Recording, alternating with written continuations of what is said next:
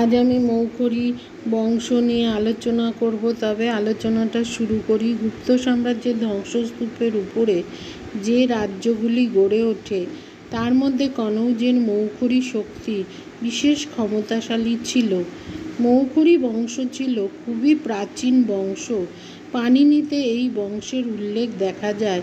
মধ্যযুগেও এরা পরিচিত ছিল। জেনারেল কানিংহাম একটি মৃৎফলক গয়ায় আবিষ্কার করেন। তার ফলে জানা যায় যে এরা একসময় অঙ্গরাজ্য বা দক্ষিণ বিহারে বসবাস করতেন। তারপর তারা উত্তরপ্রদেশের কনৌজ অঞ্চলে চলে যান। মৌখরীদের দুইটি শাখা ছিল। এরা গুপ্ত সম্রাটদের সামন্ত হিসেবে ছিলেন। খ্রিস্টপূর্ব ষষ্ঠ শতকে হরিবর্মন মৌখরী মহারাজা উপাধি নেন। তাকেই প্রকৃতপক্ষে মৌখরী রাজবংশের প্রতিষ্ঠাতা বলা যায়। তার পূর্ববর্তী মৌখরীরা ছিলেন সামন্ত শাসক মাত্র। হরিবর্মনের পর অদ্বৈতবর্মনও মহারাজা উপাধি রক্ষা করেন। তিনি পরবর্তী গুপ্ত রাজবংশের এক রাজকন্যাকে বিবাহ করে নিজ বংশের মর্যাদা বাড়ান। তার পুত্র ঈশ্বর বর্মন মালবের রাজা যশোধর্মনের সঙ্গে যুদ্ধে লিপ্ত হন। তিনি উত্তর ভারতে অন্ধ্র আক্রমণ প্রতিহত করেন। ঈশ্বর বর্মনের পুত্র ঈশান বর্মন মৌখরী ছিলেন মহাপ্রতাপশালী রাজা। তিনি 554 খ্রিস্টাব্দে মহারাজা ধীরাজ উপাধি নেন। তিনি উত্তরপ্রদেশ, মগধের কিছু অংশ, গৌড় এবং উড়িষ্যা ও অন্ধ্রের কিছু অংশ অধিকার করেন বলে তার শিলালিপি থেকে জানা যায়।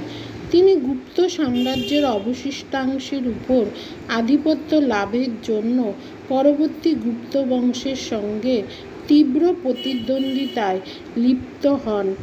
এর ফলে শেষ পর্যন্ত গুপ্ত মৌখরী প্রতিদ্বন্দ্বিতা আরম্ভ হয়, যাতে থানেশ্বরের পুষ্যভূতি ও বাংলার গৌড়রাজ শশাঙ্ক জড়িয়ে পড়েন।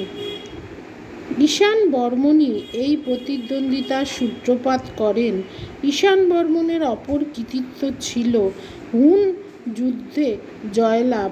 বাণভট্ট তাকে হুন হরিণ কেশরী অর্থাৎ হরিণ রূপ হুনদের সিংহ বলে বর্ণনা করেছেন। ঈশান বর্মন যাদের পরাস্ত করেন তারা হুন অথবা গুর্জর উপজাতি ছিলেন তা সঠিক জানা যায় না।